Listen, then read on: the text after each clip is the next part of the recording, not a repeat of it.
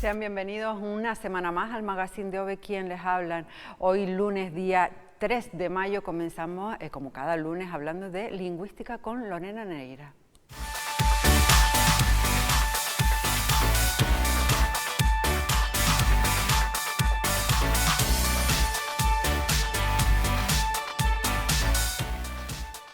Bueno, ya la tengo aquí sentada a mi lado. Bienvenida una semana más. ¿Qué tal estás? Hola, llena de novedades, Ove. Muy bien. ¿Actualidad lingüística entonces? Actualidad lingüística, porque sabes que la RAE es la que nos manda las pautas y nos dice lo que tenemos que, o cómo tenemos que escribir y qué palabras podemos y cuáles no. Pues la RAE también se actualiza, también hay novedades. Acaba de incorporar un montón de vocablos nuevos. La última, bueno, hay 23 ediciones del diccionario. Claro, no se puede editar y imprimir un diccionario tantas y tantas veces, entonces lo que hacen son enmiendas y van sumando algunos términos de vez en cuando. Entonces la última actualización fue en noviembre de 2020 y ahí se incluyeron nada más y nada menos que 17 páginas de novedades. Claro, 2020. ¿Qué vocabulario crees que ha sido el novedoso? ¿Qué palabras crees que han entrado? Pues supongo que muchas relacionadas con el COVID, ¿no? Con la pandemia. COVID, coronavírico, confinamiento, el verbo confinar, todas esas palabras ya se han incluido, ya podemos encontrarlas en rae.es, que hasta ahora no aparecían. E incluso autocovid, por ejemplo, también. También. Una de las cosas que a mí más... Bueno, yo me he leído las 17 páginas, término a término, para ver cuáles eran los más curiosos. Y para mi sorpresa, he encontrado muchísimos términos gastronómicos. ¿En serio? Sí, entonces... Ya no es novedad que aparezca COVID, confinamiento y todo esto. Esto ya nos lo esperábamos, ¿no? Pero a ver si te esperas tú, pues por ejemplo la palabra falafel. Falafel, esto es lo de los garbanzos, ¿no? Y no estaba. Que es lo más curioso, falafel, pan de pita. Qué rico. Tex-Mex, ya está incluida. Gastrobar, también lo incluyeron. Wonton o el wok para cocinar. Y luego palabritas tipo videollamada, trolear. Qué raro que los más puristas no digan, pero si todos estos términos tienen traducción en español. Pues es como todo, es como el email, es como todo. Los puristas, y la mayoría de los académicos son unos puristas de por sí, no tienen más remedio que aceptar lo que la gente usa. Entonces, si la gente está usando pan de pita, tú necesitas ir al diccionario y el diccionario siempre va a ser el espejo del idioma hablado. Bueno, ojalá fuera así, porque se están resistiendo un poco con el tema del lenguaje inclusivo.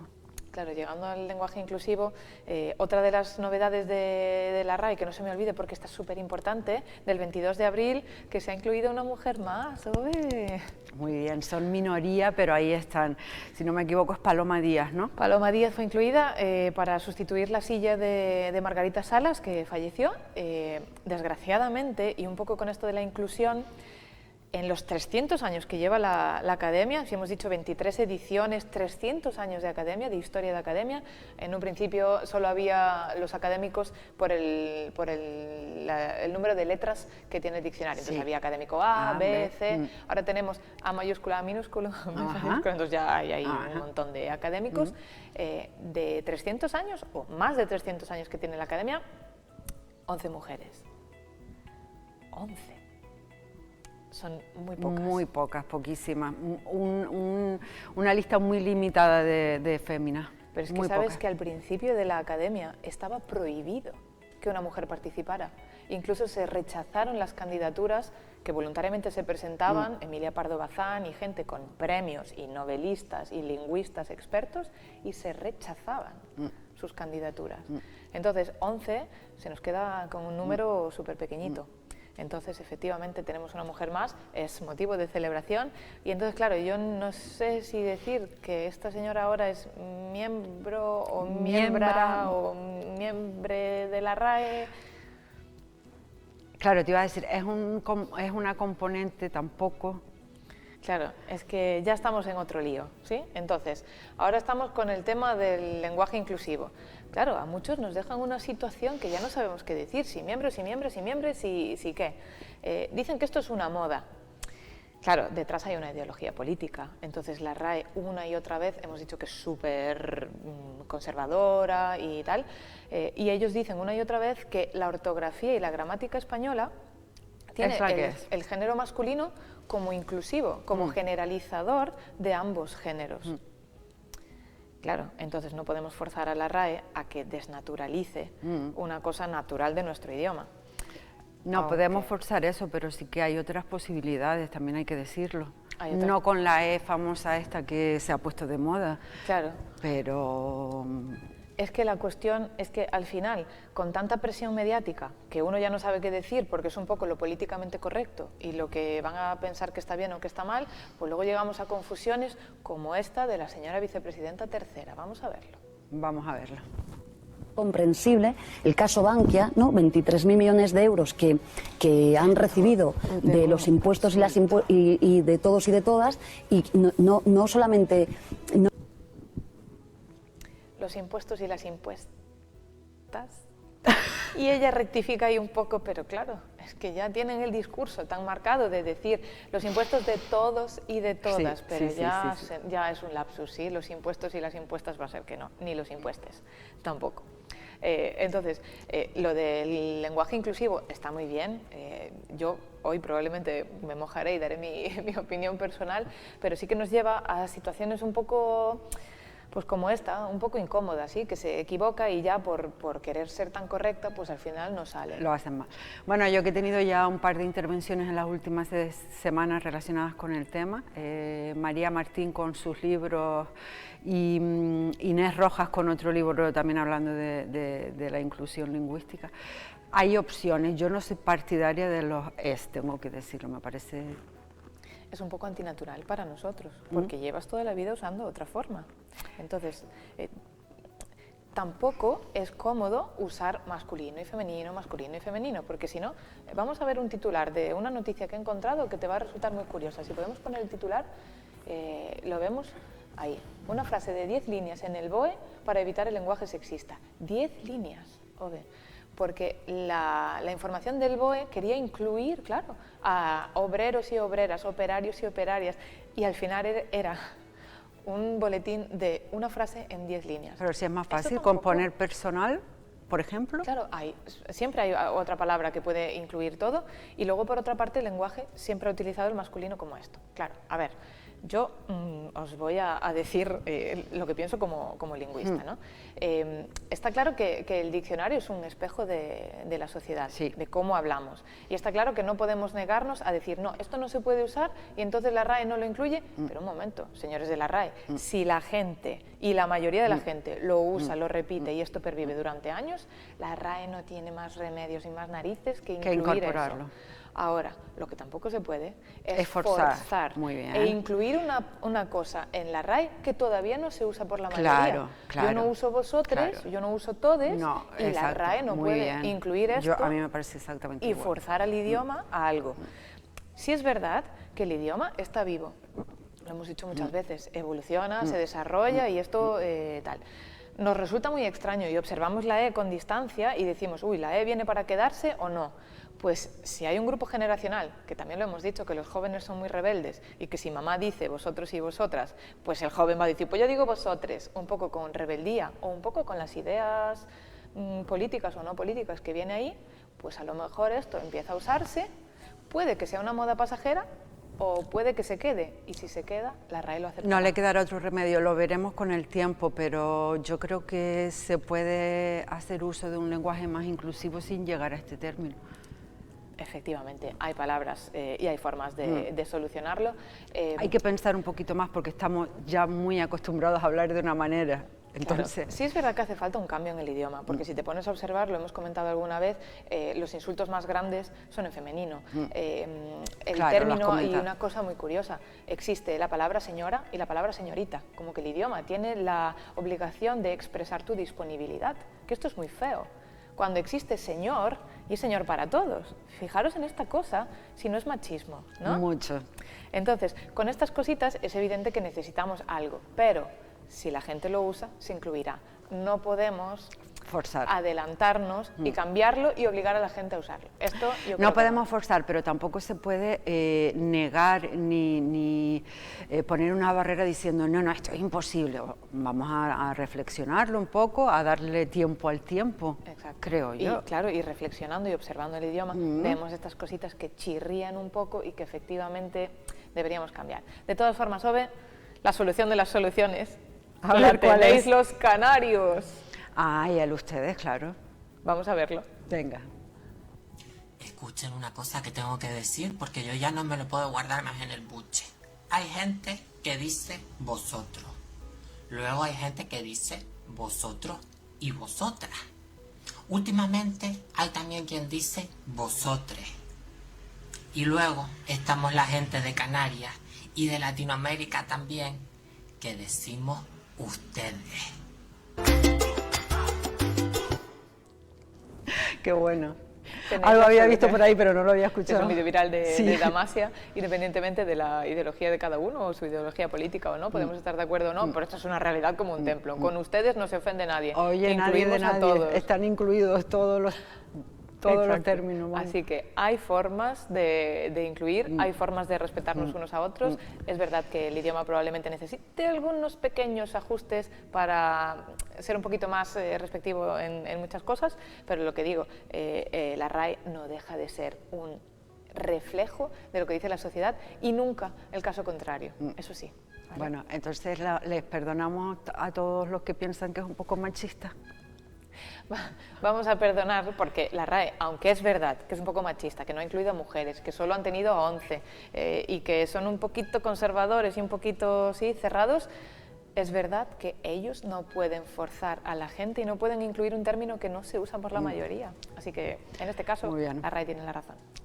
Bueno, Lorena, un placer como siempre. Me ha encantado toda esta actualidad lingüística. Ahí se mueven cosillas, parece que no, pero sí. Siempre hay movimientos y palabritas nuevas y cosas. Feliz semana. Un placer como Igualmente. siempre. Gracias. Bueno, dejamos a los idiomas y esto de la sección lingüística de lado y ahora nos vamos con Domingo Rivero, que creo que nos va a traer actualidad informativa acerca de un evento que tuvo lugar el pasado viernes, organizado por este grupo Biosfera Media y del que va a haber un programa especial hoy. Antes vamos a ver la cabecera de Domingo.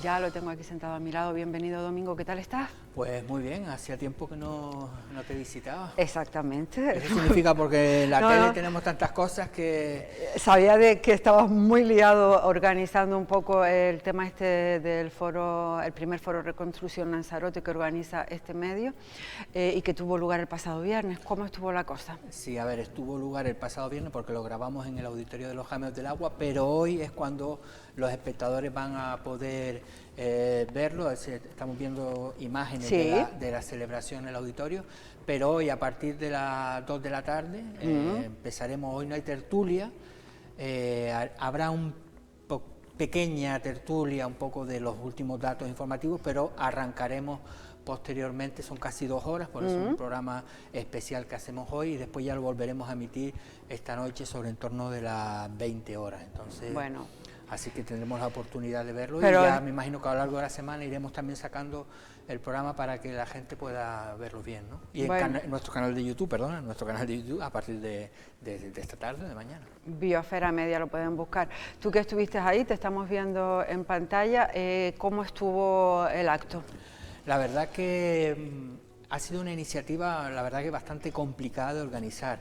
Hemos tenido que cuadrar agendas no solo de los alcaldes y de la presidenta del Cabildo, sino también de empresarios de Lanzarote, que evidentemente tienen siempre una agenda complicada, de representantes de las organizaciones empresariales y de los sindicatos. Hubo gente que no pudo ir, porque nosotros los invitamos, fue por ejemplo el caso de UGT, que nosotros invitamos a su responsable en Lanzarote, pero tenía un acto el viernes y no pudo. Estuvo el de Comisiones Obreras, que no estuvo tampoco la secretaria, porque también tenía que decir, había muchísimas cosas, pero bueno, vino un representante de comisiones y bueno, realmente empezamos el acto primero con lo que vamos a ver hoy, con los invitados. Es decir, les hemos preguntado a todos un poquito qué es lo que hay que hacer a partir de ahora en Lanzarote para intentar salir de esta crisis, ¿no?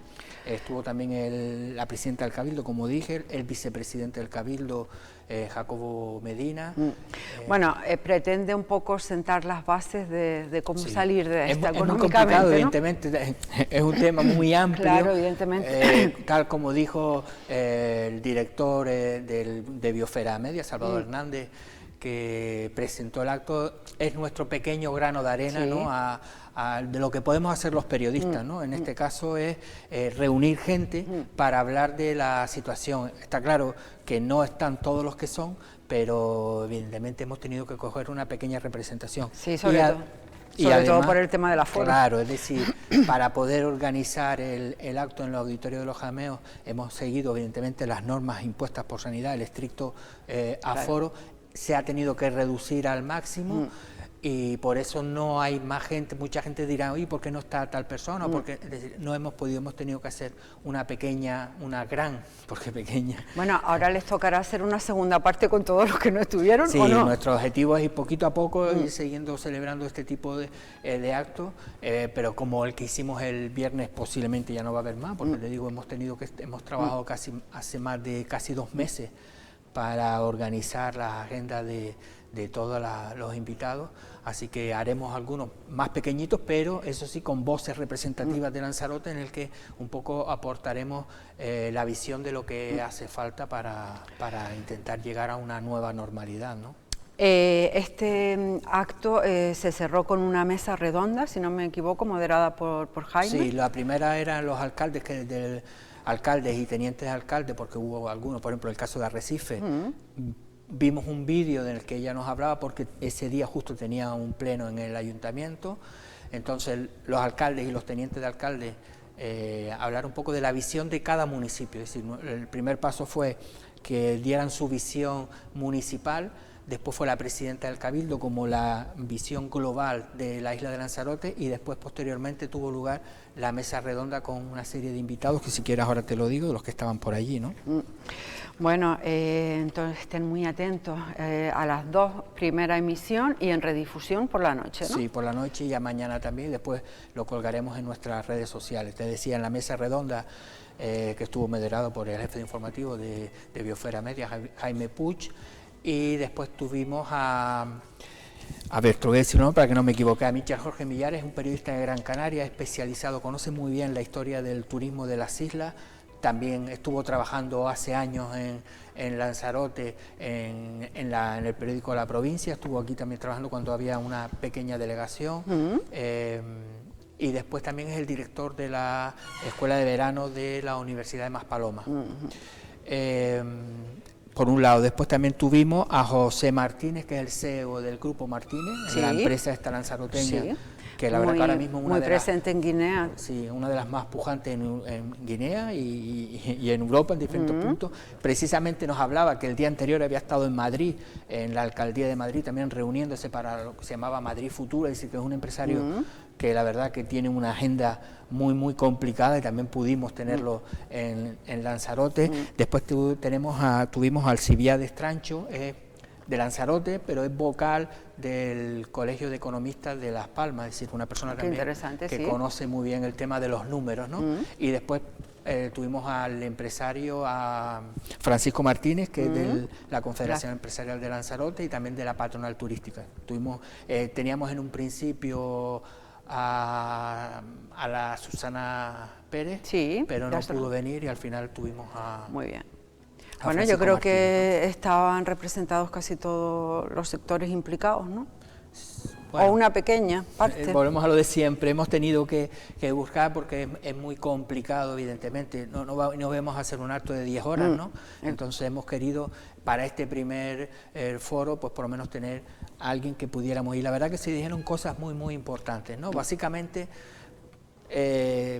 la idea general es que Lanzarote es única, ¿no? Y a partir de ahí tenemos que buscar la fórmula que tantas veces también dijo César Manrique, es decir, que nosotros tenemos que marcar nuestro propio camino. Y no los demás, están acertados siempre. Para salir de esta crisis es fundamental, nosotros tenemos un capital evidentemente humano, tenemos unas infraestructuras envidiadas en muchísimos sitios, turísticas sobre todo, y el paisaje de Lanzarote y la belleza que no creo que sea inigualable. Entonces, con todos esos ingredientes tenemos que intentar marcar nuestro destino, que no hasta ahora, que por ejemplo en el caso de los turoperadores, que prácticamente nos han ido marcando lo que tenemos que hacer, si necesitamos pues hacer una tribu india en mitad de pues hacer una tribu india, ¿no? Lanzarote tiene que hacer pues lo que sabemos, ¿no? Lo que sabemos es desde hace ya más de 40 años ser un destino único y diferencial. Bueno, primer foro Reconstrucción Lanzarote, también la actualidad pasa por un montón de pateras que llegaron este fin de semana. Sí, bueno, un montón, me refiero a 3 mínimo. El 1 de mayo llegaron 5 pateras a Lanzarote. Sí. En principio fueron más de 100 migrantes porque hay algunas que, por ejemplo, en Caleta Caballo llegó una y nada más que se detectó a una persona, un menor de edad, me imagino que los demás pues se escaparían.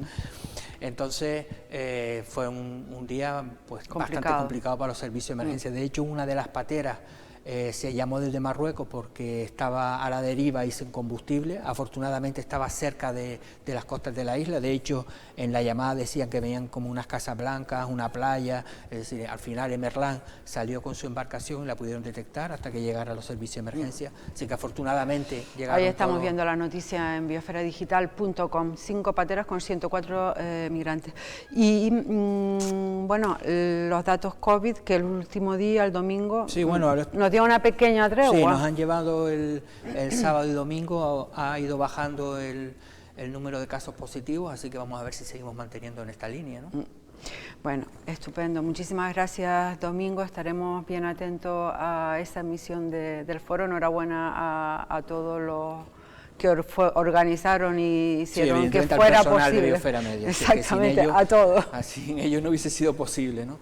Un placer, muchísimas gracias. Bueno, dejamos la actualidad informativa de manos de Domingo Rivero y ahora voy a dar paso a Vicky Frau, que ya saben ustedes que es especialista en alimentación saludable. Hacía muchísimo, bueno, muchísimo no, pero por lo menos un mes sí que no nos visitaba físicamente. Ya saben que ella lleva Alquimia en tu plato, que es su proyecto a través de una web y de las redes sociales. Bienvenida, Vicky, ¿qué tal estás? Muy bien, gracias por la invitación una vez más. Bueno, yo estoy encantada, ya lo sabes que me encanta hablar contigo de todo esto que también nos hace a todos. Bueno, Vicky sabe que me interesaba muchísimo el tema de los buenos hábitos nocturnos y el tema de las cenas ligeras. Yo no sé por qué somos muchos que durante el día no tenemos mucha hambre y por la noche sí, ¿qué podemos hacer? Sí, ¿qué pasa por la noche, no? Sí. Que nos entra a todos un poquito, bueno, no a todos, ¿no? A pero todos mucha no, pero gente, sí. Un poquito de ansiedad a la hora de comer. Y bueno, tiene que ver con este equilibrio energético que tenemos a lo largo del día, ¿no? Pues pasar durante el día muchas horas sin comer o no hacer desayunos energéticos o almuerzos equilibrados. Si yo no llevo un equilibrio entre el desayuno y el almuerzo, obviamente por la noche, pues cuando llego a casa, que es ese momento de relax, voy a tender a comer de más y a utilizar los alimentos como una forma de relajarme, ¿no? Decir, bueno, ya ha acabado el día, estresante, me relajo, me siento en el sofá y ceno. Y cenas, y normalmente cenas, pues bueno, no siempre, pero a lo mejor muchas veces sí, lo primero que pillas que no suele ser lo más ideal. Efectivamente, o lo primero que pillas o nos podemos sentar en el sofá mirando la tele mientras cenamos, entonces perdemos completamente la conciencia de lo que estamos comiendo y la cantidad que estamos comiendo, ¿no? Y ese es uno de los errores que solemos hacer a la hora de cenar, el cenar mucho. Bueno, vamos a centrarnos. Entonces, para no llegar con ese hambre nocturno que no nos hace nada bien, lo ideal, por lo que me estás contando, es no saltarnos pues el desayuno, el almuerzo. Sí, aquí tenemos que ver cada uno cuál es el ritmo de vida que tiene, ¿no? Como siempre, todas las pautas no nos van a servir a todos por igual, Sí. Entonces tenemos que ver cómo es nuestro ritmo en el día. Me levanto pronto, a qué hora desayuno, y sobre todo es esta relación también de...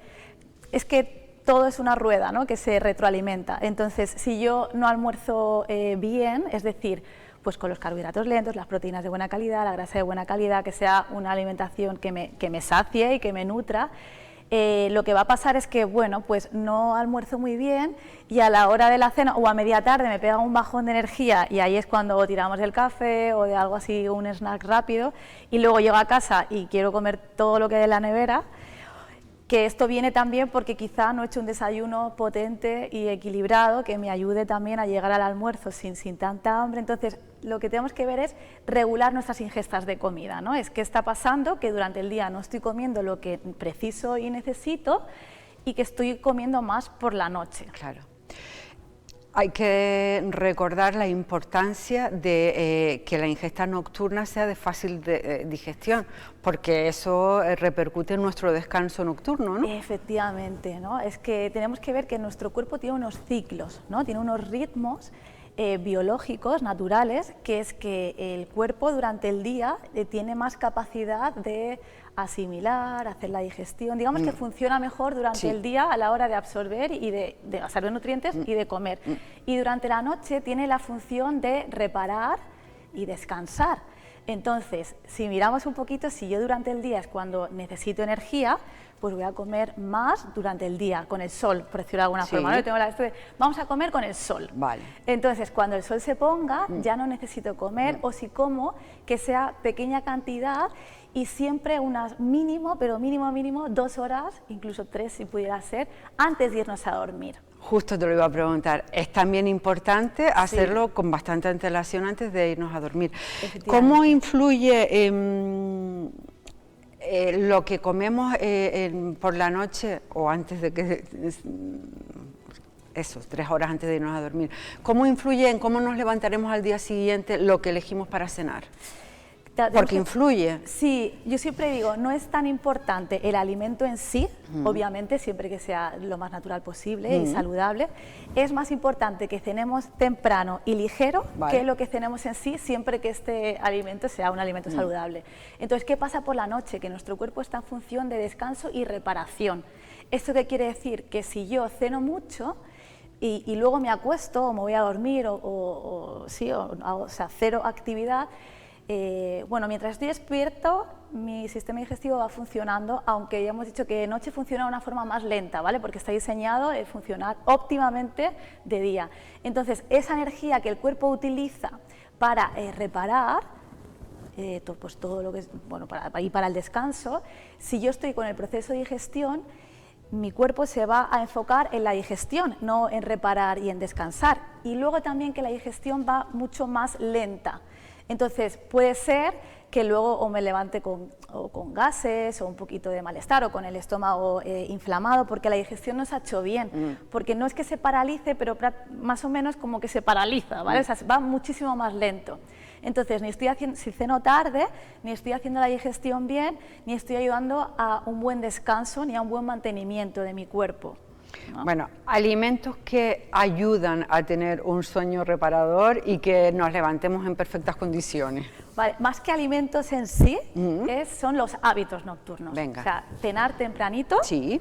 y que pasen estas 2 o 3 horitas antes de irnos a cenar, y ligero, es decir, pues si por el día pues hacemos unos desayunos bien energéticos y un almuerzo bien equilibrado, pues durante la noche podemos hacer cenitas más ligeras, que es que pueden ser desde verduras al vapor con alguna salsita, o al horno, un pescado con una ensaladita, o un revuelto con champiñones, algo ligero, ¿vale? Obviamente pues todo lo que sean fritos o horneados tipo pasteles, así, no sé, estilo pizza o así como muy grasos o mucho frito, esto nos va a dificultar mucho más la digestión. Muy bien, o sea que las cocciones también son importantes. Me hablas de vapor, me hablas de Sí. horno o plancha. Claro, luego cómo cocinemos los alimentos también nos puede influir a la hora de que me va a ayudar energéticamente más a relajarme o a activarme, ¿no? Entonces, bueno, podemos hacer pues eso, o un vapor o un salteado cortito, que es bueno, que activa un poquito, pero también nos ayuda a relajar. Una crema, ¿no? Yo en mis clases siempre digo, bueno, no sé si alguna vez lo hemos comentado, una crema de verduras que la haces una vez y te sirve para 2 días, que ya la tienes, que la puedes tener como entrante, como acompañante de la cena, o como una cena ligera, ¿no? Que te sacie. El problema, como digo, yo considero que el problema son los hábitos que tenemos, más que la cena en sí, ¿no? Me hablas de crema, es algo calentito, porque muchas veces se echan falta eso, comer algo calentito. Sí. Muchos tiramos que ahora se le va a poner los pelos de punta porque yo lo sé, muchos tiramos del lácteo, de un café con leche o incluso una infusión, que a veces también... Sí, eso no es un plato principal, ¿no? Eso no es una cena en realidad, eso sería más o un tentempié o algo pues para tomar algo, pero esto puede generarme estos desequilibrios en la alimentación a la hora de que hay 3 comidas principales, desayuno, almuerzo y cena. Y si yo quiero equilibrar mi alimentación, si quiero equilibrar mi energía y mi vitalidad, y vengo de una alimentación un poco desequilibrada en cuanto a hábitos o nutrientes también, tengo que hacer estas 3 comidas principales porque es la base de mi vitalidad. Desayuno, almuerzo y cena. Entonces, un café, un yogur, está bien como tentempié, como merienda, ¿vale? Pero no como cena. O sea, un yogur no sustituye a una cena, un café no sustituye a una cena, una infusión no sustituye a una cena. Te puedes tomar una infusión, pues si te quieres relajar un poquito para la noche, ¿no? Fíjate que las infusiones, según cuáles, pues relajan, lo calentito también de la infusión te ayuda a relajar, que es un poquito lo que buscamos al llegar a casa. Entonces la infusión está bien, pero vamos a cenar algo, ¿no? Algo ligerito. Vale. Y a ser posible con cocción, o sea, caliente me refiero. Sí, luego, claro. O la ensalada también la podemos introducir como cena. Se puede introducir perfectamente una ensalada como cena, o ahora que viene más el calorcito, estas sopas frías, ¿no? Como puede ser un gazpacho o una crema de almendras con aguacate y espinacas, que queda muy rica. Y esto depende de cada uno, ¿no? Hay personas que la lechuga por la noche le hace que se inflaman un poquito más el estómago, entonces pues a estas personas no. Otras personas que tienen el sistema digestivo un poquito débil o no muy fuerte, pues el crudo no le va a sentar bien. Entonces, una vez más, siempre vamos a moldarlo a lo que necesita la persona. Pero por supuesto que el crudo, para una persona que tenga el sistema digestivo bien, fuerte, le puede venir bien por la noche, siempre que, ahora en verano sobre todo, ¿no? Que no le enfríe demasiado y demás, sí. Bueno, entonces, si hacemos recuento, 3 horas antes de irnos a dormir, no más tarde, o 2 como máximo, tener una lista de la compra ya hecha y todo preparadito para saber, incluso organizarnos igual el menú el fin de semana de antes. Eso sería ideal, ¿verdad? Tener el menú planificado. Para no pillarnos... Claro, al final es tema de organización, ¿no? Si queremos prestar un poquito de atención a nuestra alimentación, pues un poco de organización y es mucho más fácil. Las personas se creen que es que no tengo tiempo a organizarme, pues ahí tienes que poner el doble de tiempo en para un momento porque cuando te organizas ahorras mucho más tiempo. Y luego también hay unos mitos, ¿no? Que parece que envuelven el tema de las cenas, de los carbohidratos. No sé si claro. alguien, no sé, has hablado una vez y dice, no, por la noche no se pueden tomar carbohidratos, o bueno, por la noche esto sí. Eso está muy extendido, el tema de que a partir de las 4 de la tarde o algo así, olvídate de carbohidratos.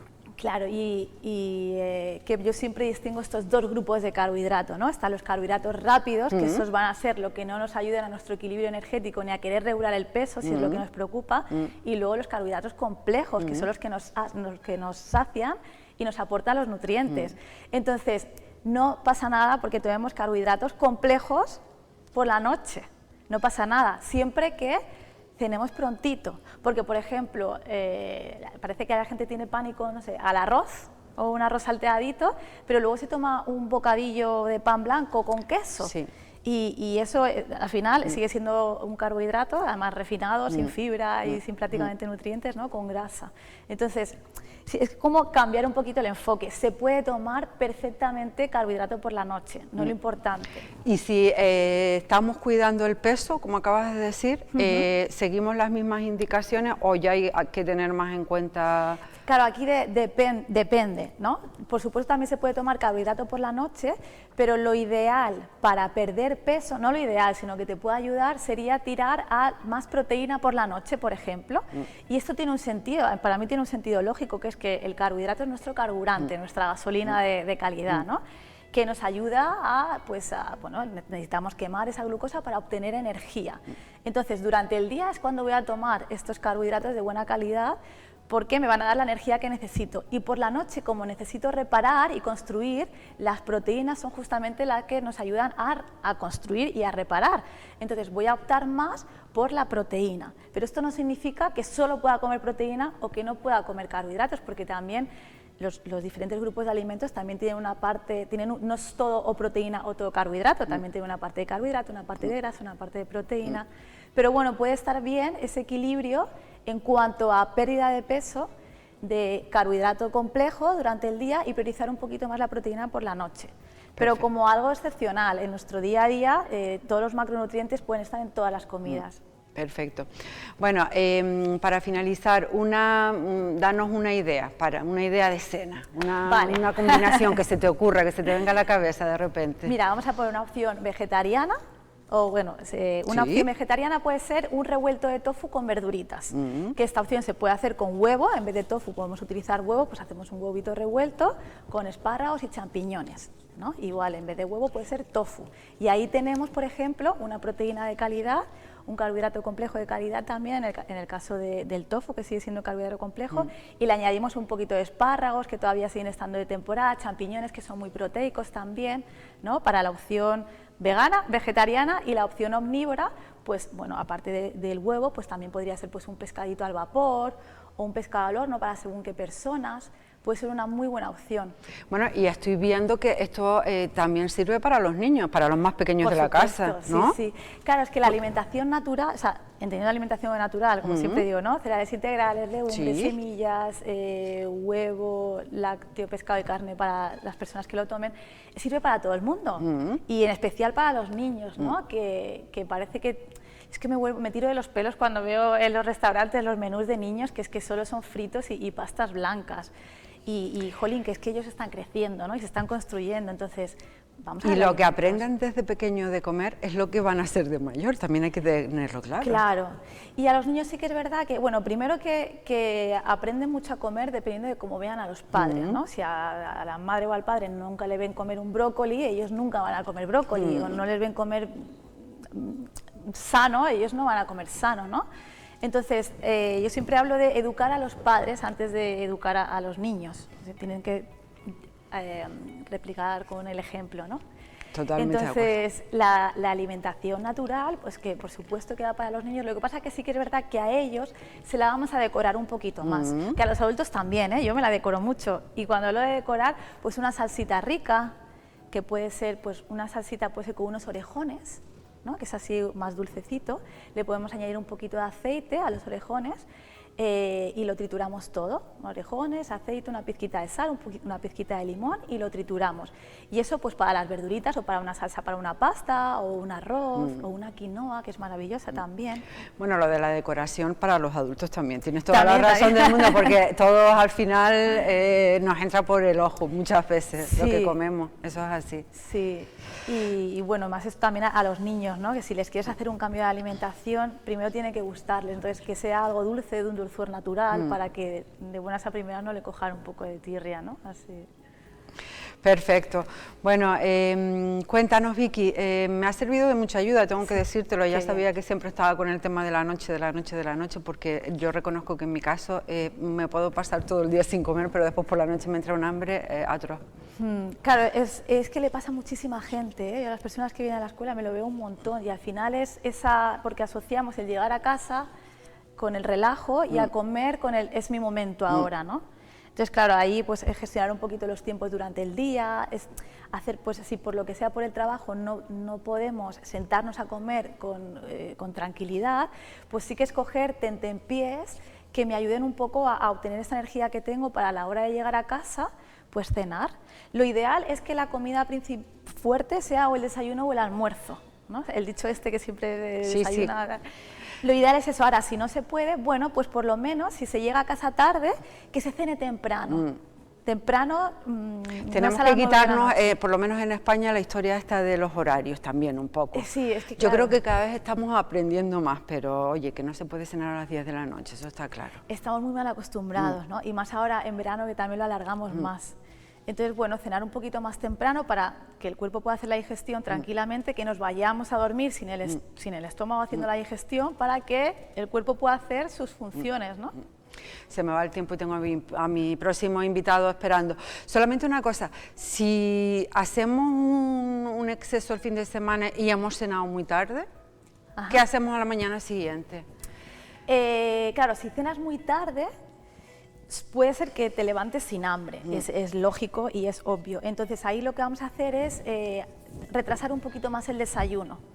Pues en vez de desayunar, me lo voy a inventar, a las 9 de la mañana, pues desayunaré a las 10:30 o a las 11. Y a lo mejor hago un desayuno más ligero y ya hago un almuerzo equilibrado. Fíjate que al final vamos a obtener un poquito el equilibrio con todas las comidas del día. Muy bien. Oye, ¿alguna cosa nueva que tengas de talleres y de...? Bueno, este mes empiezo una vez más el Club Come Sano, que tenemos. Este mes está enfocado mucho a la mujer y a la menopausia. Eso me interesa mucho también. Cómo equilibrar la alimentación a esta transición. Y bueno, está enfocado mucho a esta etapa de la vida de la mujer, y también este mes voy a hablar de creencias limitantes en cuanto a la alimentación, ¿no? Pues todos estos mitos y leyendas que creemos que no podemos hacer un cambio de alimentación, pero que sí podemos. Esto es lo que voy teniendo. Ahí estamos viendo las redes de Vicky, Alquimia en tu Plato, Instagram, Facebook y su web. Un placer, como siempre. Muchísimas gracias. Hasta la próxima. Bueno, el pasado viernes tuvo lugar en la Molina José María Gil de San Bartolomé la presentación del libro Lanzarote y su arqueología, de mano del doctor en Historia por la Universidad de la Laguna, Javier Soler, a quien creo que ya tengo disponible por videollamada. Muy buenas, Javier. Hola, buenas, ¿cómo estáis? Bienvenidos, discúlpame por el pequeño retraso. Bueno, tal y como comentaba, presentación el pasado viernes en Lanzarote del libro. ¿Cómo estuvo el acto? Sí, muy bien, estuvo muy bien, francamente bien. Me acogieron allí los compañeros los amigos de la Asociación Pueblo Majo y en La Molina, y estuvimos bastante a gusto ahí. Bueno, yo tengo muchísima curiosidad. El libro es un estudio sobre las investigaciones que existen actualmente sobre la primera población de la isla, ¿no? Sí, bueno, realmente es un repaso de toda la historia de las investigaciones que se han realizado sobre la arqueología de Lanzarote, empezando desde principios del siglo XIX, con distintos autores, hasta llegar a las últimas investigaciones que están publicadas y que, bueno, paré la investigación en el 2015 y lo que se ha publicado hasta entonces. Ajá. Si no me equivoco, son más bien escasas, ¿no? Bueno, escasa dependiendo de con qué lo comparemos. Sin ningún tipo de duda, Lanzarote y también Fuerteventura tradicionalmente han estado alejados de los núcleos de reflexión de la arqueología de las Islas Canarias. Pero bueno, digamos que en las últimas décadas, sobre todo a partir del 2000, en Lanzarote se han ido empezando a desarrollar toda una serie de investigaciones que actualmente, si la comparamos con otras islas del archipiélago, podemos decir que Lanzarote es uno de los lugares donde más investigaciones sistemáticas arqueológicas se están realizando en la actualidad. O sea que hemos pasado de estar prácticamente olvidados de la mano de todos los investigadores a ser uno de los referentes que se están investigando y se están trabajando actualmente. O sea que es un cambio cualitativo que en 2 siglos hemos pasado bastante a una situación muy, muy positiva ahora. Estupendo, me encanta saberlo. Bueno, es un libro monográfico sobre el tema. ¿Por qué decides Lanzarote y no otra isla? Bueno, si no me equivoco, tu tesis doctoral estuvo también vinculada a esto, ¿no? Exacto, sí. Esta monografía es una parte sustancial de la tesis doctoral que se emprendió hace unos cuantos años. No me gusta recordar la cantidad de años que llevo con esto, pero bueno, digamos que este libro sintetiza la parte fundamental de la tesis que trata respecto a las investigaciones.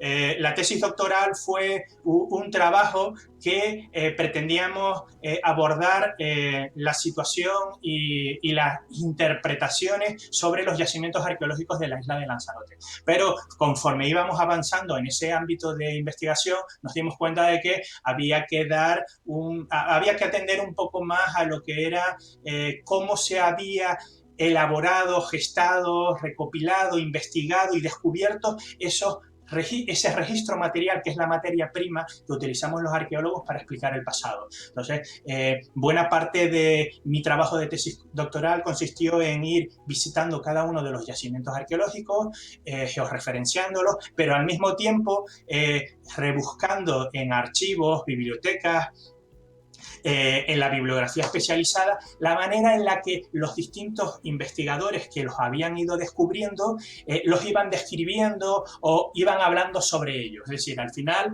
lo que planteamos fue un repaso historiográfico desde los primeros inicios de la arqueología como disciplina en Lanzarote hasta la actualidad, en la que íbamos diseccionando las peculiaridades que tienen el registro material, es decir, cuando se descubrió la quesera de Sonsama, por qué fue tan tardía, por qué a principios del siglo del 2000 empezaron a aparecer unos yacimientos espectaculares en la mitad de las laderas, por qué la mayoría de las veces no fueron integrando los investigadores ese tipo de evidencias que a simple vista se podían identificar, pero que por determinadas razones internas de la disciplina no fueron incorporadas hasta muy tarde. Bueno, yo no sé si te has enterado, claro que te has enterado porque estás metido en el mundillo, de los últimos destrozos de los yacimientos aquí en el sur. Bueno, a ver, destrozos por desgracia los ha habido siempre.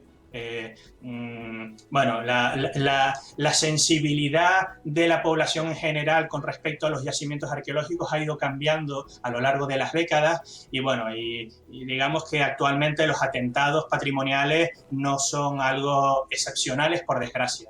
Aún así, bueno, también tenemos que reconocer, por lo menos desde el punto de vista de los arqueólogos, que no hemos hecho mucha labor de difusión o de por lo menos explicarle a la población la gran diversidad de yacimientos arqueológicos. Es cierto que en Lanzarote pues tenemos un conjunto de yacimientos conocidos por todo el mundo, pues Sonsama, San Marcial del Rubicón, la Peña de las Cucharas, una serie de grabados rupestres, pero muchos de los yacimientos que caracterizan a la tipología normal en la arqueología de Lanzarote pasan normalmente desapercibidos porque son unos yacimientos en los que solo hay una dispersión de materiales en superficie, es decir, fragmentos de cerámica, de lítico, de conchas, que pasan muy desapercibidos y que el propietario de esa huerta o quien pasa por los alrededores pues no... le cuesta identificarlos, percibirlos, y muchas de las ocasiones los atentados patrimoniales están enfocados a ese tipo de desconocimiento, es decir, terminas roturando una zona, desarrollando tu labor económica en ese lugar, pero al mismo tiempo estás destruyendo un yacimiento en ocasiones sin darte cuenta. Comparto totalmente tu reflexión, creo que hay que visibilizar un poco más el trabajo y que todos nos enteremos, pues para tener más cuidado y para concienciar, aunque quien quiera hacer algo malo siempre lo va a hacer, pero bueno, eso es cierto. Vamos a pensar en la bondad humana. Bueno, Javier, en este libro, ¿alguna investigación que te haya llamado sobremanera la atención? Bueno, es complicado seleccionar una, porque lo interesante que ha tenido la historia de la investigación en Lanzarote es que no ha habido investigaciones aisladas, sino que todo ha formado parte de un proceso en el que ha habido influencias. Toda la investigación, al ser en este sentido pocos investigadores en proporción a otras zonas los que han investigado Lanzarote, siempre ha habido mucha permeabilidad entre ellos. Pero si pudiésemos destacar algo relevante en la arqueología de Lanzarote, que explica también en parte porque ahora mismo es uno de los lugares donde mayor cantidad de excavaciones arqueológicas sistemáticas hay en Canarias, pueden ser los descubrimientos que se realizan a partir del 2000 en la mitad de las laderas, en las que determinados investigadores y equipos de investigación empiezan a encontrar unos canales muy largos, muy profundos, que están situados en la mitad de las laderas de montaña de toda la isla de Lanzarote. Entonces, a partir de ese momento se empieza a buscar de forma sistemática esas estaciones de canales, de cazoletas, de grabados rupestres, y digamos que pasamos a una explosión de descubrimientos de yacimientos arqueológicos espectaculares. Bueno, yo no sé si nos puedes decir, el pueblo majo, nuestros aborígenes, se diferencia muchísimo, por lo que yo a veces he leído, de otros aborígenes de las islas, me refiero a Tenerife, por ejemplo, de donde, que si no me equivoco, eres tú. Sí. Bueno, mira, la arqueología de Lanzarote, una de las peculiaridades que tiene es que esa pregunta, por ejemplo, no la podemos responder. Sencillamente porque, a diferencia del resto del archipiélago, en Lanzarote tenemos una incógnita que no se ha sabido responder y que seguimos dándole vuelta. Y es que no encontramos a los muertos. ¿En serio? Es decir, en más de 20-25 siglos de ocupación humana de la isla de Lanzarote, podemos contar un máximo de unos 50 individuos localizados hasta la fecha. Es decir, no sabemos qué pasó con los muertos. Tenemos muchísimos yacimientos arqueológicos donde habitaron, incluso el último registro del Cabildo de Lanzarote va ya superando los 500 yacimientos, pero paralelamente tenemos muy poquitos restos humanos en la isla de Lanzarote, exceptuando, por ejemplo, la cueva de Montaña Mina, que es donde se descubrieron de golpe unos 11 individuos aproximadamente. Ya en el resto del territorio insular han ido apareciendo muy esporádicamente y a lo largo del último siglo esos pocos restos humanos. De hecho, muchos de ellos tenemos incluso dudas de que sean de adscripción aborigen. O sea que de esos pocos más de 50 restos de individuos, ni siquiera sabemos si los 50 son majos. Entonces, responder a la pregunta que me haces, pues por desgracia no podemos, porque no tenemos materia prima, no tenemos restos bioantropológicos para poder hacerlo. ¿Y puede ser que es que no los enterraran, sino los incineraran, por ejemplo? Hombre, eso es una de las hipótesis de partida que yo planteo en mi publicación, y que, bueno, digamos que lo que está claro es que tenemos una evidencia empírica, que es la ausencia de la evidencia. Y la única forma en la que, mirando otros comportamientos culturales de poblaciones similares, sabemos que implica la desaparición de los restos humanos, es la participación de alguna manera del fuego, de la cremación, de a lo mejor tirar esas cenizas o esos restos cremados al mar. O sea, realmente no tenemos muy claro cómo se deshacían culturalmente de los restos humanos, pero sí es cierto que debería de haber un tratamiento ritual mucho más complejo de lo que creemos actualmente, y que implicaría a la larga que después de muchos siglos no tuviésemos los restos humanos para poder estudiarlos. Seguramente así será, claro, a mí ya me deja con la duda. Bueno, este libro, si ustedes quieren ampliar toda la información y leérselo, ya está disponible, porque es una publicación de finales del año pasado, si no me equivoco. Está disponible en librerías, pueden buscarlo a través de internet y les va a salir. Ahora mismo no me acuerdo, pero vamos, que lo he visto ya publicado en unos cuantos sitios. Javier, formas parte también de Cultania, que es un proyecto, digamos, a nivel regional, en pro de la gestión cultural y patrimonial. Es muy interesante, además, que estuve visitando la web. ¿Algún proyecto en el que estén trabajando ahora?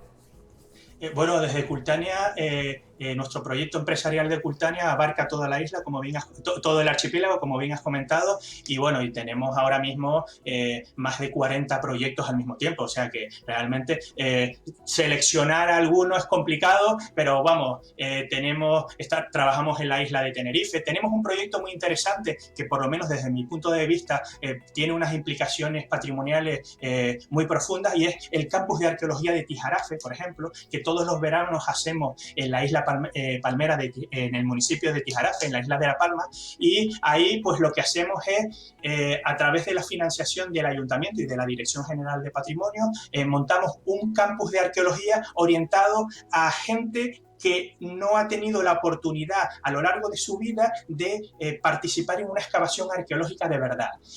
No está orientado tanto a estudiantes, porque hay otros campus, hay otras alternativas para estudiantes universitarios, así que nosotros lo enfocamos a gente de mediana edad o mayor que tiene 15 días libres en su año y que, bueno, viene con nosotros a participar directamente del proceso de excavación y de todas las fases de esa excavación, desde el siglado de los materiales, la limpieza, la criba, la propia excavación. O sea, es un proyecto que llevamos ya 4 años, financiado por el Ayuntamiento de Tijarafe, como ya he comentado, y que, bueno, este año, el año pasado tuvimos que suspenderlo por el tema del COVID, pero este año estamos ya empezando a montarlo para que a finales de julio, principios de agosto, podamos desarrollar ese proyecto.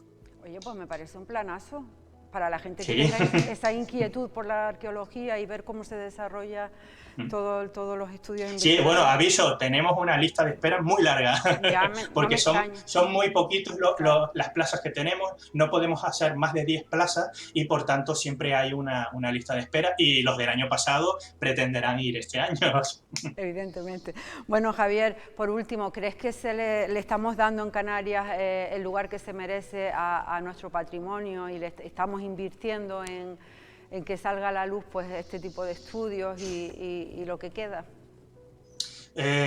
Sí y no. Es cierto que en la última década, por lo menos desde la Dirección General de Patrimonio del Gobierno de Canarias, se está haciendo mucha inversión, se está trabajando mucho, pero necesitamos recuperar las 3 décadas de abandono del patrimonio cultural y en concreto del patrimonio arqueológico que hemos llevado en Canarias.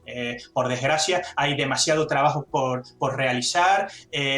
Los atentados patrimoniales son consecuencia de esa dejación de las funciones de vigilancia, de protección y de difusión, y por tanto, aunque se esté invirtiendo mucho dinero, mucho esfuerzo actualmente, hay que hacer más porque llevamos mucho retraso, y el patrimonio cultural, cuando se destruye, no